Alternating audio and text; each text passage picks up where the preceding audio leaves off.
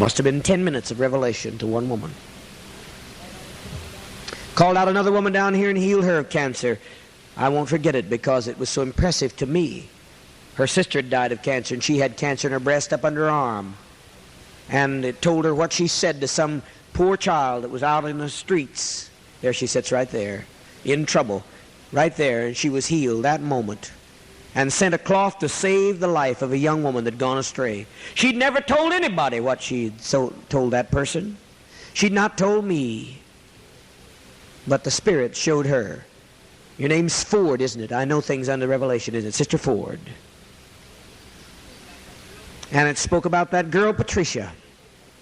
And saved her because she was out in trouble and you were worried about it. And showed that you were worried about it. And saved her. And saved you that cancer. You haven't got any more pain tonight, have you? It's all gone, isn't it? Waving her hand back there. Peace.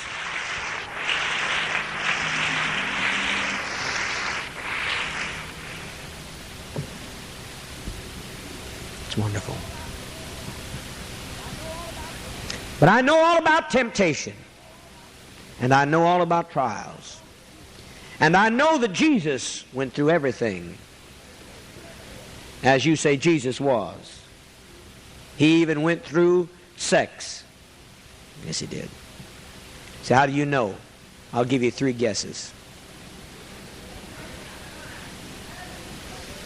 I know that a lot of things you weren't told about Jesus. But it's so anyhow.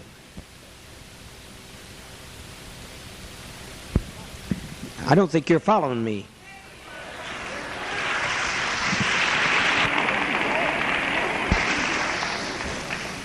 I mean, Jesus went through mortality. He went through mortality with Martha and Mary. So what do I mean? What do you think I mean? I mean, he knew what mortal relationships were. He lived in them. How could anybody save you unless they went through where you've been? Nobody could.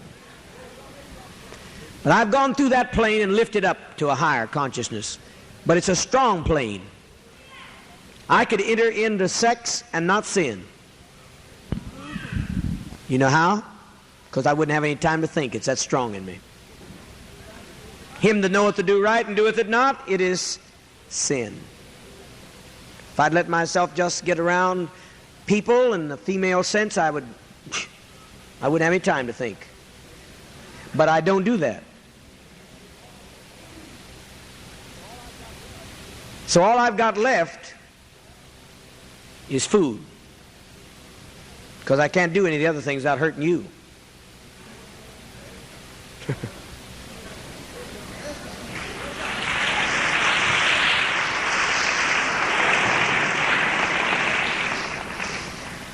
I can drink you under the table. I can do it. And I don't take a sip. This is grape juice, child.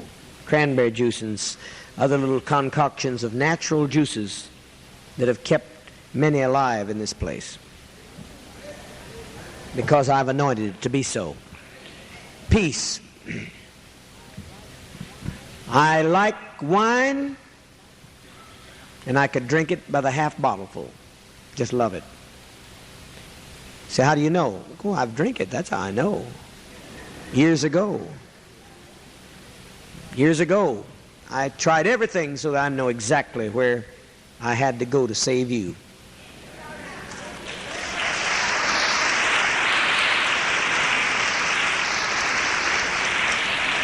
Before I was your pastor, one time I got acquainted with liquor.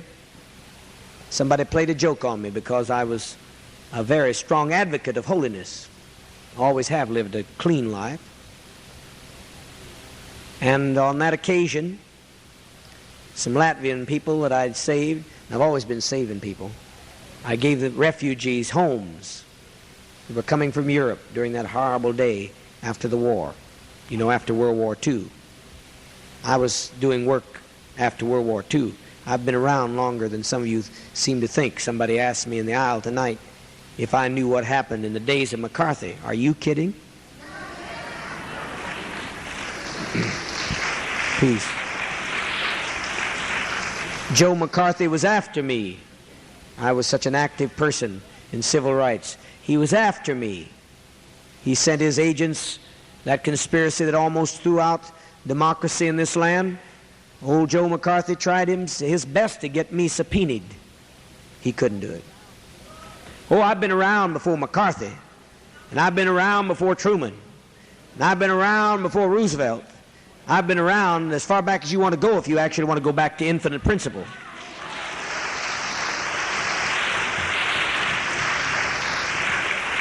I'm talking quiet tonight because I choose to, because I'm overwhelmed by the joy of the children, what they found, and I don't want anybody to take it away.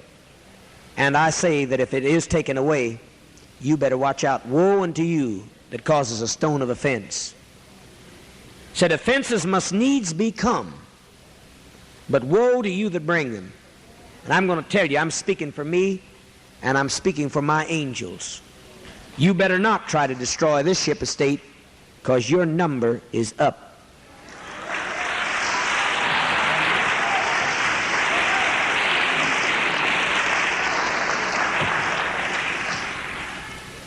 I said the other night, I said, if anything happens to, in any way, seemingly to impair my progress within a year, I said, there's certain folk I want you to take cognizance of, talking to my angels. And I certainly want that done, and I want them to know it will be done.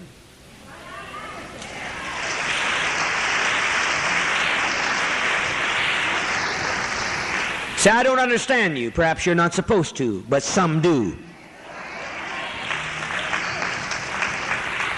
If anything seems to impede this holy plan that has been created, where goodness is so perpetual that I will even stop a funeral procession because a little dog was in the street and people didn't think there was anything could be done for it.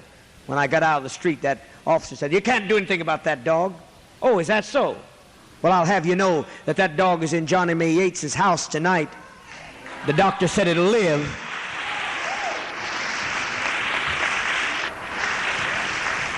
Knocked senseless by being hit, and then on top of that, distemper. They all say dogs die with distemper, but I'll have you know that the veterinary sent it home saying it would live. And I stopped a funeral procession for it, and the officers practically run over it. Why do we have to go like we're crazy as hell, run to a cemetery? Nobody gonna tell me, because I'm not what you think you are. I'm not what you think you are, and I want you to quit thinking what you are, that you're just no-count man. I'm something more than ordinary man.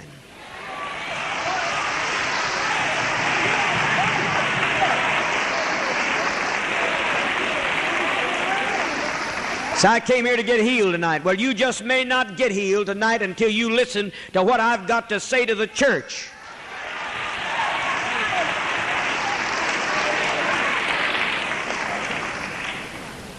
You just ask anyone around if you don't believe in healing. Just ask any neighbor. Just reach in front of you. And some of you I wouldn't heal in the first place. Smart ass.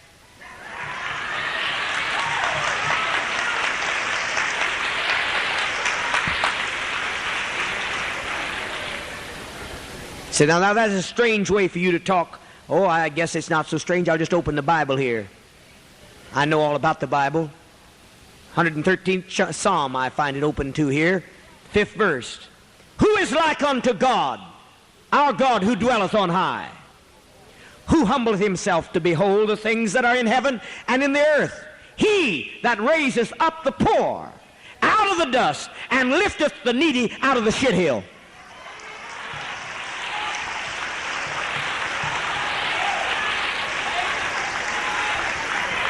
On my sacred oath, I just opened that, and that's just what I found. You said you didn't see shithill in the Bible. Oh, yes, I did. I saw shithill right in the Bible. You're looking at me funny, like you don't know what I'm talking about. 113th Psalm, and I'm right here on the 8th verse, 7th verse. If you want to be like our God who dwelleth on high, then you have to raise up the poor out of the dust and lift up the needy out of the dunghill. And in the Greek and in the Portuguese and in the Jewish, that means shithill.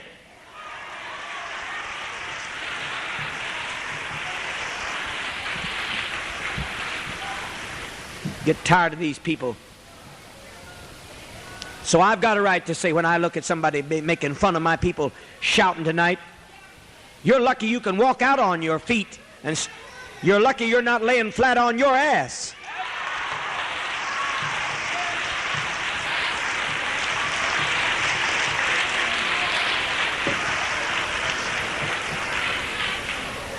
Don't you come in here and make no remarks or make any kind of attitudes or even send out any vibrations to my people when they're in these aisles, because I'll let you be carried out.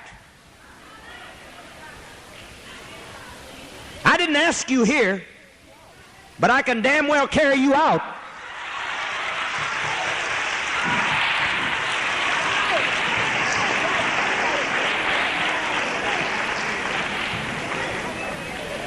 Now, we've been in your honkies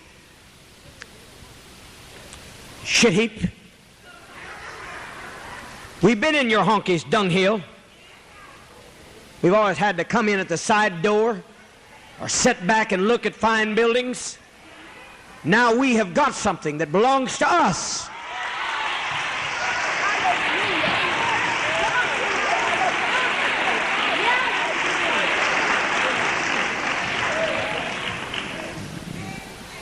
Look out on us with dismay, and I want to tell you, don't do it no more, because the next time I'll lay you flat on your ass.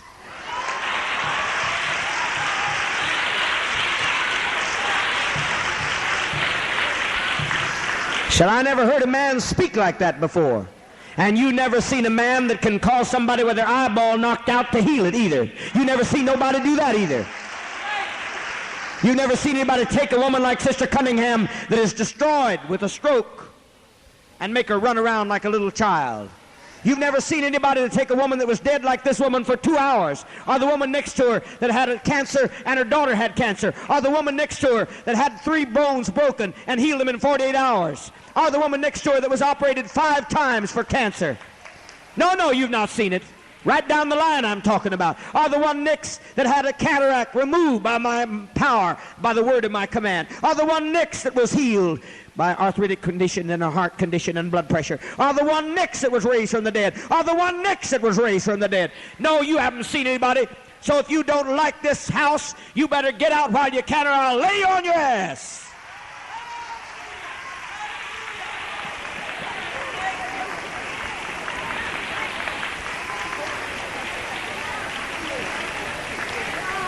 Come in here like you're doing God a service.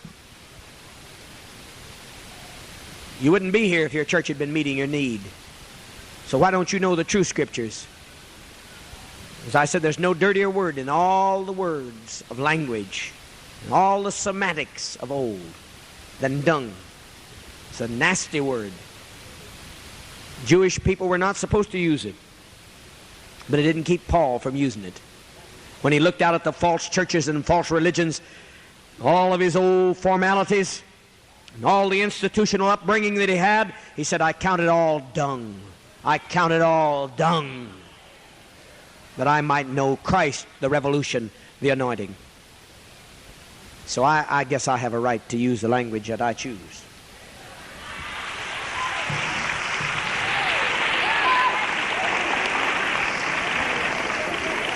I'm going to tell you that if you've got any life in you tonight, I gave it to you.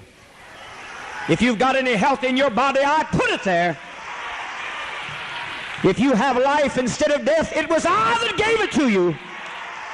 If you have salvation, I brought it.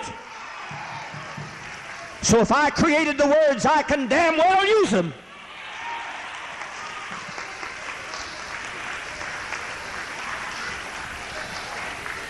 Because there's nothing that is, you say, without God making it so. So God had to let a word dunghill come on. God had to let some other words come on too. So the devil made those words. Well, you said God made the devil.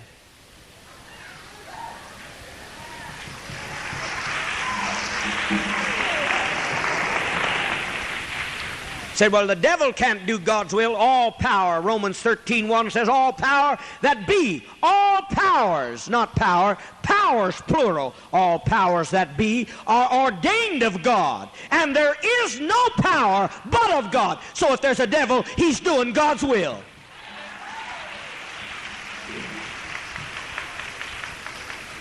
For all things by necessity must work together for good for those who love their God and are called according to his purpose. So don't give me none of your dung. You stirred up my righteous indignation.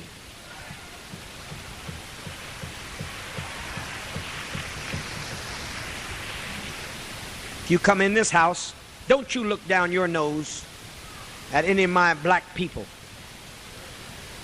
So I'd have done it whoever was dancing. Well, then don't you look down your nose at anybody.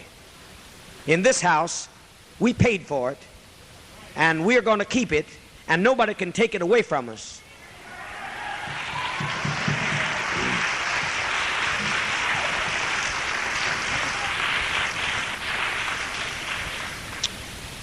Well, I've got off that subject, I think. Unless you get nasty again down there, and I'll get just as mean as you can get. Say, you are funny. Yeah, I'll fight for my children. If you want to be sweet, I can give you all the love and the sweetness in a life. Every dream you've ever dreamed, I can fulfill. But if you want to meet me on the carnal level, I can whip hell out of you.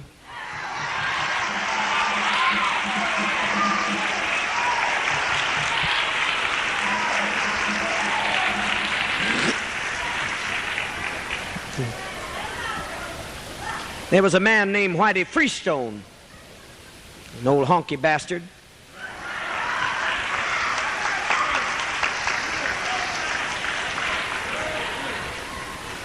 His name was Whitey Freestone. One time he did something so despicable, because I don't do things. I said, I don't drink, and I don't get engaged in the low planes of sex for self-satisfaction or my own interest. No. Because I feel I owe something more to you. So all I have left is to eat. And I don't eat. If I ate like I wanted to eat, I couldn't get in that door.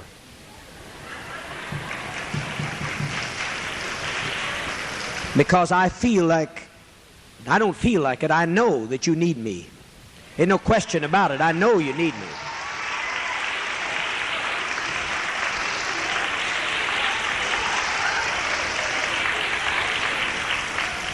I just love sweets.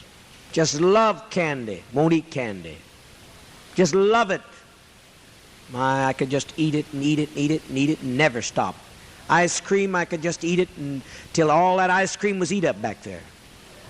Because I am a man after your own likeness.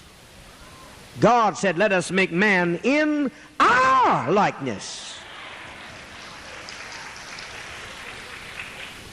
I have had every temptation common to man.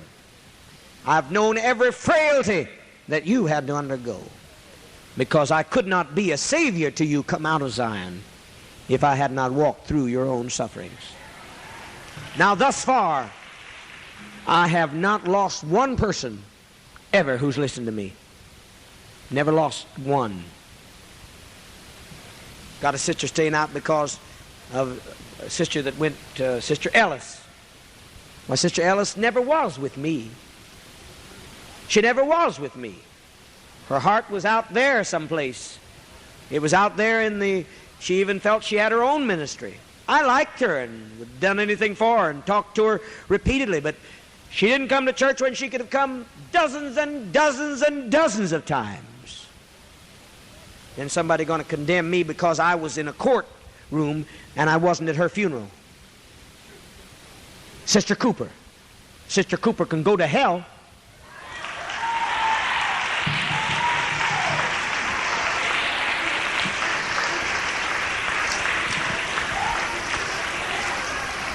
Sister Cooper thinks that I need her, but I don't need anyone because I'm a savior.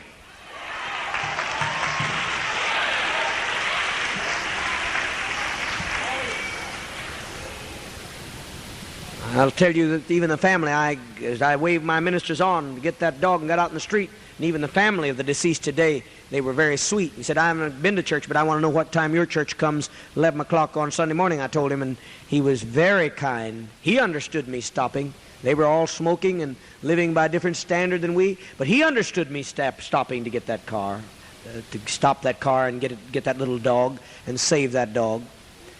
But someone else said, I don't know why he should do that. That was disrespectful to the dead. Why, my child, there are no dead in me.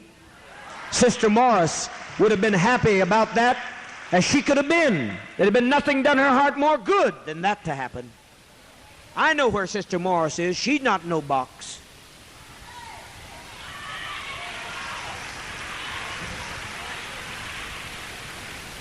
Even though she didn't listen to my words, she was a good woman. Her only mistake was just to take too much shit.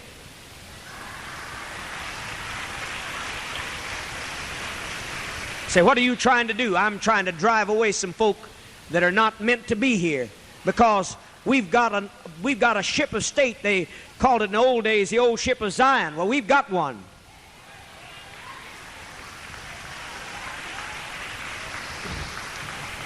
We've got sanctuary from dictatorship. We've got a cave that goes deep into the earth that would house 10,000. We've got food when the famine comes, and it's coming. I was right on everything else that happened in September, even to the fall of the president of Chile, down to the very brass tacks. I said what would happen on the various weeks and months and days, rather days of September, and I did keep my promise. I did know what I was talking about. Say, I have not heard you cuss. No, this is the week for cussing. You've heard of Passover week. You've heard of Pentecostal week. You've heard of Resurrection week. This is cussing week, baby.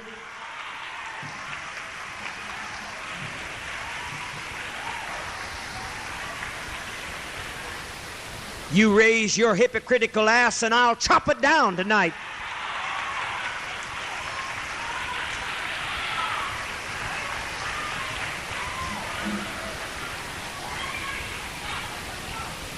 Somebody said that's not giving respect for the dead to save a little dog. That's the way to respect the living. And I will never, as Sister Morris was good, though she didn't follow my instructions, I was there. But not for Sister Morris, I was there for her loved ones that were in this house. Sister Morris did not need me there. And if there'd been somebody out there that was in need in the land of the living, I would not have been at her funeral, because I wouldn't be at my own funeral.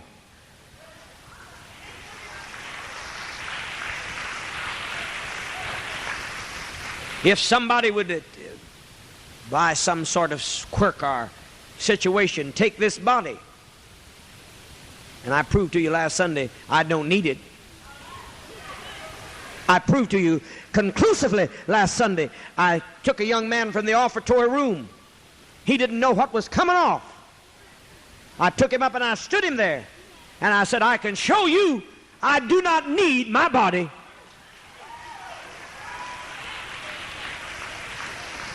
I sent my mind to him, and he called out the people detail for detail and brought them their healing.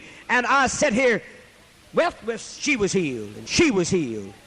Healed of an ear infection, healed of arthritic condition, healed of cancer. I did it, and he didn't know what was coming off, but he spoke every word I wrote down here.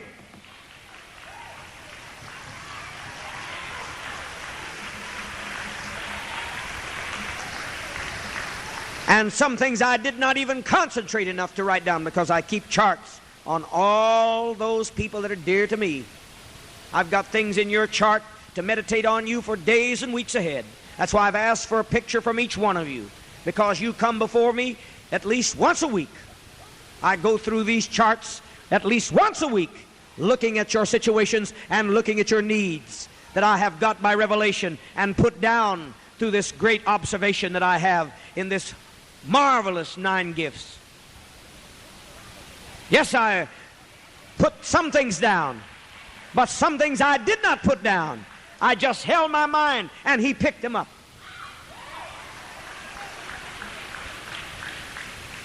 So I do not need my body. And if for some reason I could find a body that can work more effectively than me, I would lay down my body. I don't want you to be at no funeral for this body. I don't want you to stand at no casket while some dog needed a little bit of love, even a little animal. I don't want you. In the first place, you won't ever have a chance to look at me in no casket.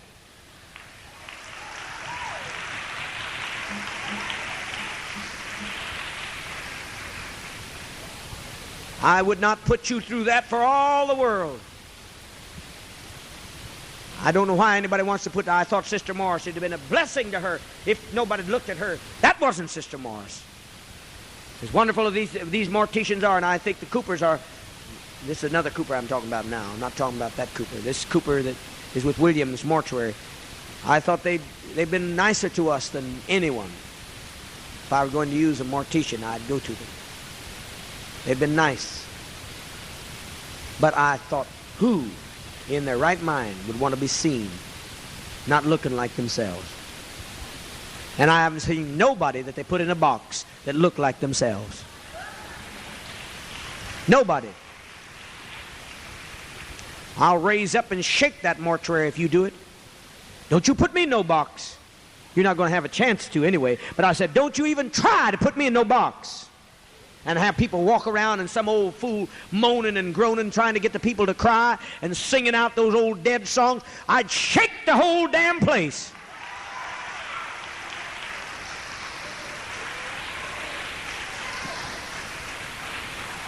I wish some of you would make your statement now. Father, if I don't live on in this body and you have to give me another body, please don't let anybody put me in a box to be reviewed. I wish some of you do it now so I could keep that from happening, because some of you won't reduce. You know you won't. As much as I can save you and I could bring you into a place where you'd never die, some of you will never give up that food. You like to eat too much. So you make me have to give you another body so you can come back and chaw some more.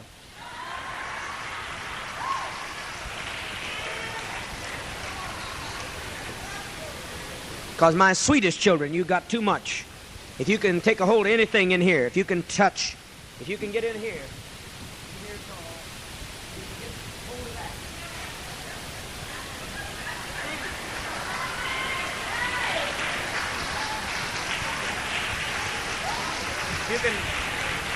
if you can pinch anything here, you got too much.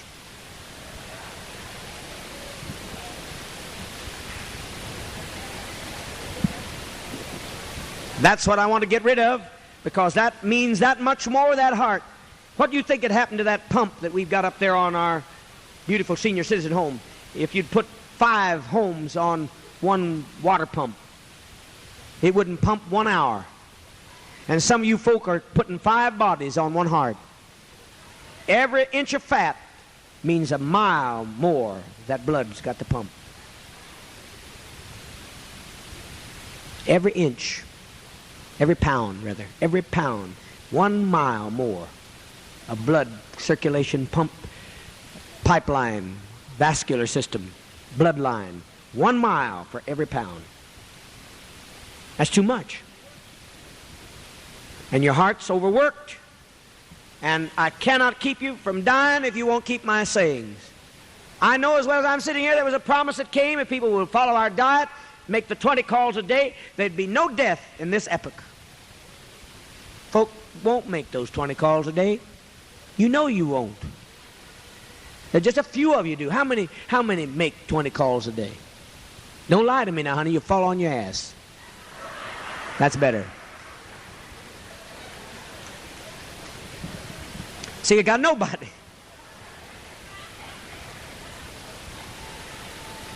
If someone would take me seriously, well, I know, I'm just saying, just maybe 3 people in this house. If people would take me seriously, what would happen? You only give me just a little bit of your faith. And I love you, but you're the best in the world. And you think this is not the best church, I suggest you go to some of that other mess. And just look at them. One get up to testify, and the other got to out-testify him. One sing, they all jealous of that when they got to out-sing that one, and everybody got to outdo somebody else.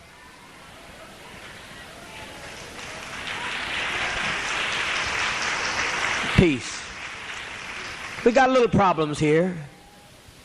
Now there's a sickness there, going bad sickness. Bad sickness just went out that door, as always so. You just better tell them, you better tell them. Old cancer. People got to leave early. Every one of those folk that leave early, 99 times out of 100, they've got bad conditions in their body. And they'll invariably get up and leave. Say, well, you're late tonight. I come 700 miles a week one way, 600 miles. I travel 1,200 miles every week of the world, and sometimes twice that. Now, if I can come 1,200 miles a week to get here, why don't you sit on your ass and listen?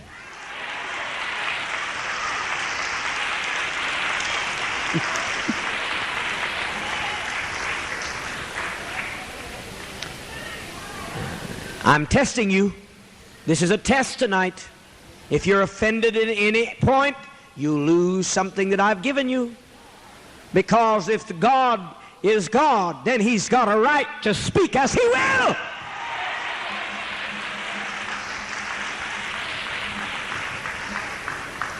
You don't have any question when I reach down and tell you to get rid of those cancers. You don't have any question when I tell you to cut off those casts or remove those braces. You don't have any question. Then quit questioning me, because it's the same God.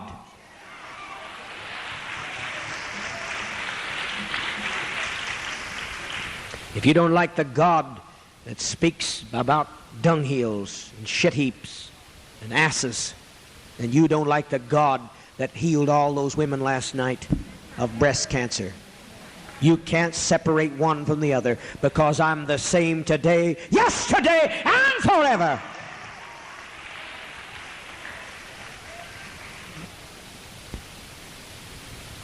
So indeed, I say, let people criticize if they will, but don't let your minds get into that plane of the one that Sister Cooper, who's running back and forth to Reno, to that low-down, no account that I saved from jail. He was facing 5 years in jail. That old Cooper. You know who I'm talking about. You remember old Cooper. He's over there in Reno or Las Vegas or someplace. I wouldn't even take my time to figure out where he is at this moment, but I'll find him when I get ready to.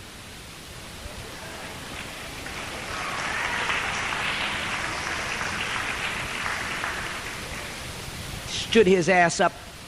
I had 5 people facing sentences, and only one of them had come to me. He came to me. 4 of them got 5 years just like that.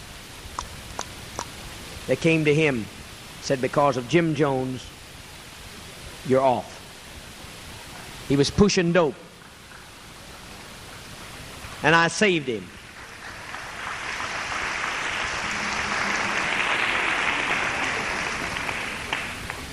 He was a fence for dope. And I no sooner saved him, and he got one of our sisters here and took off.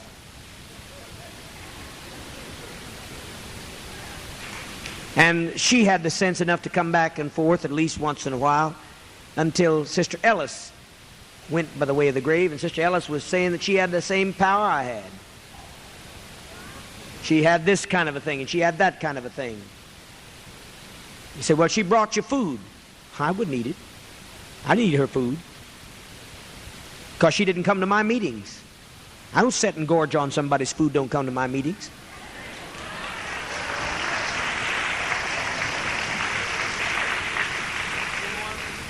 I ate Rose's food and got a little sister down there that I healed from a heart attack, and somebody got to shouting and jumped on her and broke her leg. I eat her food every time. She'd bring her food in here and I didn't eat it. That's the truth. Because you don't buy me that way. You don't impress me. If you want to be a follower, get in here and get in the meetings and support the cause.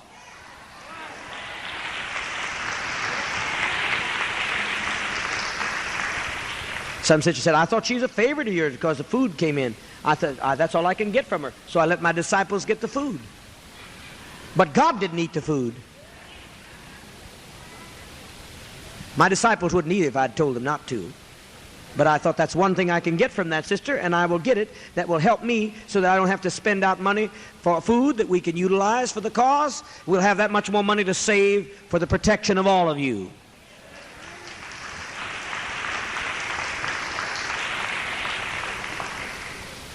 I called her every day. 1 week in a row, I made calls on her every day. Then some Sister Cooper tell me. She hadn't told me, but that's what she said, and you know it. Some of you know it. I'm looking at you. She said, well, I don't like that. He didn't go to Mrs. Ellis's funeral. You tell her I ain't going to go to hers, and it ain't going to be too long.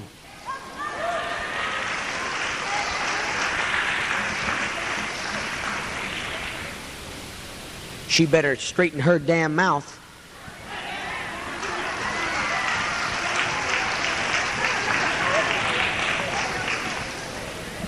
I saved her no-account husband. As I said, I saved him. Let him to go over there. That's the mercy of me. I saved him. I didn't expect him to stay. But I thought he's too old to be in jail. And he was black.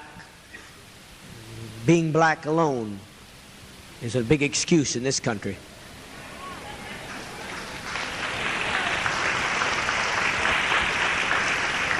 I'd work for any black, because they've got a special premium due. Their insurance is overdue. I don't mean their payments, I mean the payoff.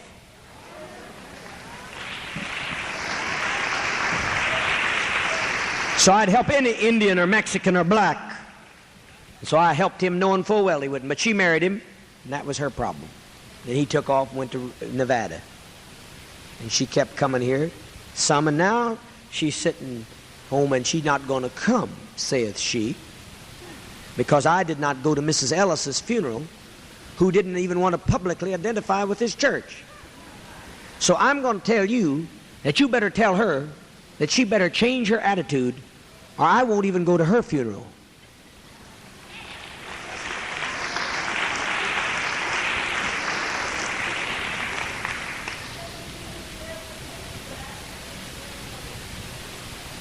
Yes, Sister Davis knows Sister Ellis. Sister Ellis. And I liked her, and I stood by her and did what I could for her. But what can I do for somebody in a graveyard or in a funeral parlor?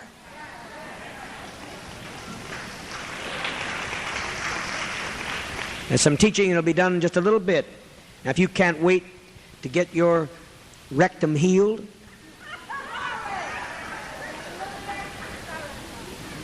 that's what I'm talking. I'm not being funny now. If you can't wait to get your rectum healed, if it's bad enough that it's sore and there's bleeding, you ought to just be patient enough to let me do what I've got to do, because I'm trying to make myself clear so that you can get the healing that you're looking for.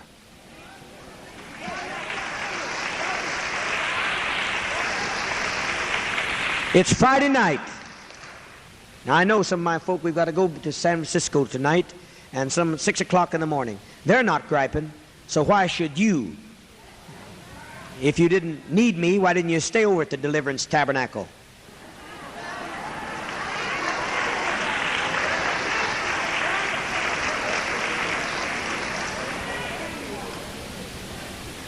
Say, well, you can raise them from the dead in the funeral parlor.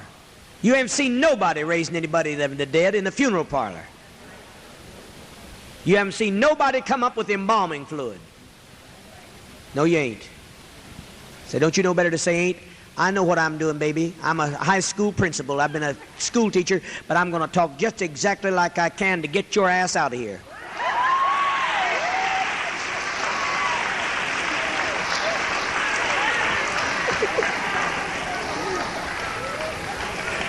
If Bishop Crane can sit down there and chuckle, then you ought to be able to do it.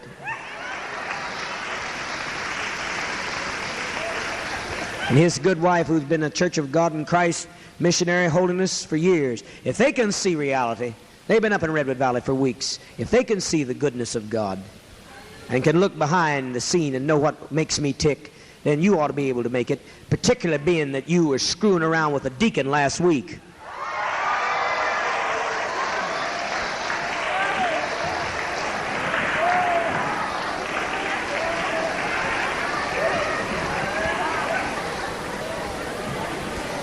I'm going to clip another couple down here too. I'm about ready to single one of you out. Sit there and look at me like you're some kind of... I've never taken any man's wife, and I could have taken thousands. I've never once ever slipped into any man's wife's bedroom. No man that I can't look straight in the eye, because I've never once betrayed a man's confidence. Never once. Then you sit down there and not smile and look straight stone-faced when you don't even know which man you've been with last.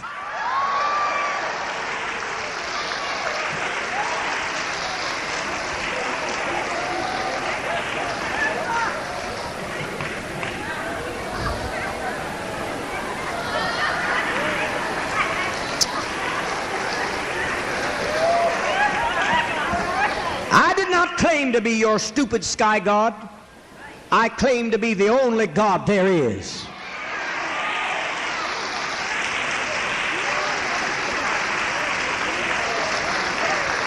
I claim that I have this year resurrected 459 people.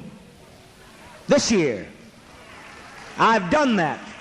But they didn't have embalming fluid in them, and you never saw anybody resurrected with embalming fluid in them. The energy force has to still be around the body. Doesn't have to be in it. I've brought people back when the energy was out of the body. I've captured the aura and the light and brought it back with the one that laid 20 minutes dead. 20 minutes. Yes, you and her 2 hours. That life force gone. But no embalming fluid. It's idiotic stuff. Time for you to get my resurrection is to listen to me now while I can prevent you from going by the way of the grave. Listen to what I have to say.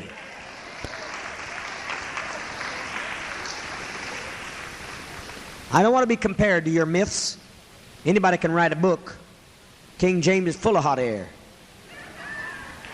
All you have to do is read it and know it's full of hot air. All you have to know is just read just a little bit of it, or get my booklet back there, The Letter Killeth, and know how bad that slave-owning king was that sent the good ship Jesus to Africa to bring back our people in slave chains. Can't tell you one account of Jesus' life and keep it straight. Not one of the writers keep anything straight about what happened to Jesus. That's what King James has done to Scripture.